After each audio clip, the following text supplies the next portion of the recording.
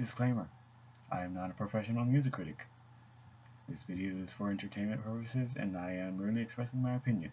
If you are debating whether to buy music from Logic, watch an actual review, or just listen to them on YouTube and decide for yourself like a normal person. So one day, I'm listening to Last.fm, doing homework, nothing special. The song that I'm listening to ends, and I hear this. This is gonna suck. And this grinding guitar starts up.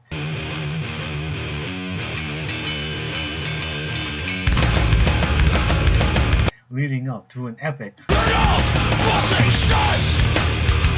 Then it just started going crazy.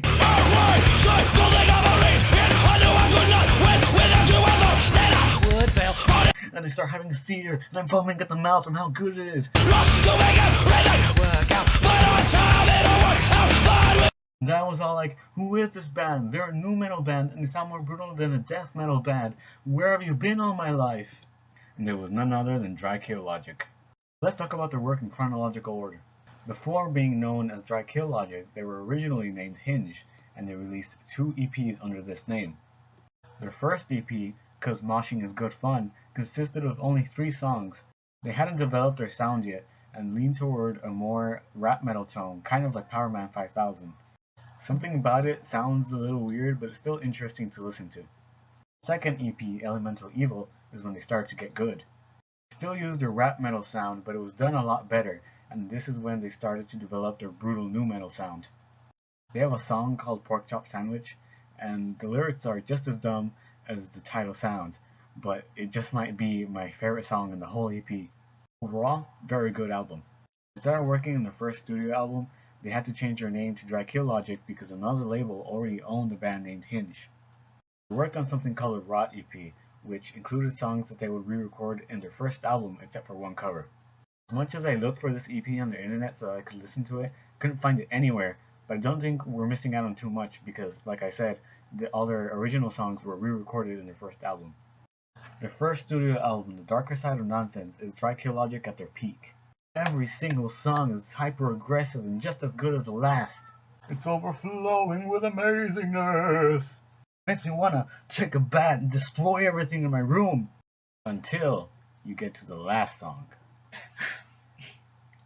It's a sad song. I immediately went from feeling like I could steamroll through anything in my path to crying like a little bitch. Just like that.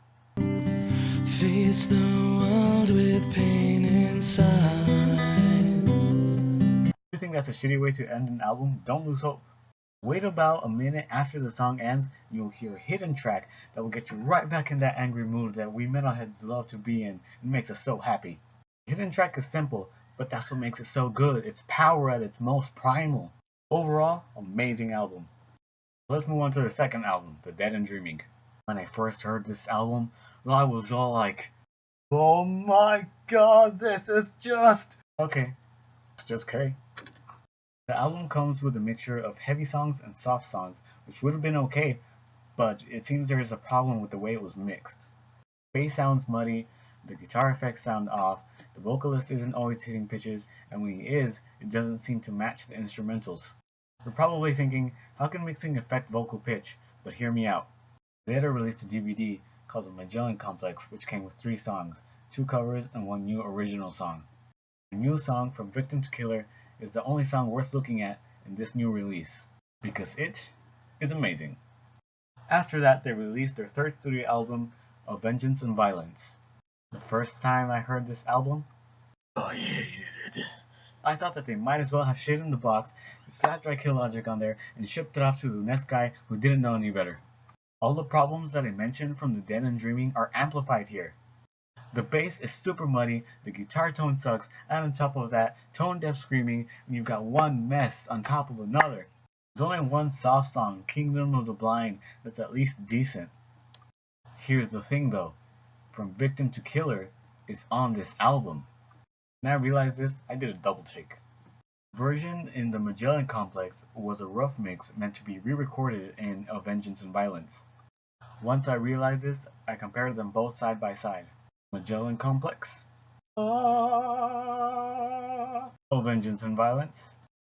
This is why I think that it was the mixing that affected the tonality in the songs. Melodic screaming was there in the Magellan Complex, but not in Vengeance and Violence. I don't think the singer just forgot how to sing. Their last two albums could have been great albums, but somebody done fucked up, and what we got was something that was just decent, and then this one real piece of crap. That's why I'm going to look into their first EPs, the rough mix of From Victim to Killer. Maybe I'll get their second album, but not of Vengeance and Violence. That's just my opinion. You guys can leave your opinions in the comments below. Thank you guys so much for watching my first vlog, video review rant thing. Check the description for links to my Facebook to get updates, to read my short stories for free, and also my first cover of Come As You Are from Nirvana. I'm going to be coming out with another cover of This Cold Black by Slipknot sometime next week. If you guys like this video, click the like button. If you guys want to share this video with your friends, click the share button. If you want to be updated on whenever I make a new video, click the subscribe button. And if you guys have comments, leave them in the comments below. It sounds really stupid, but you'd be surprised by how many people don't do that. I'll see you next time. Goodbye. Exit light. Enter night. Yeah. Was that smart, or was that dumb? Should I end the video like this?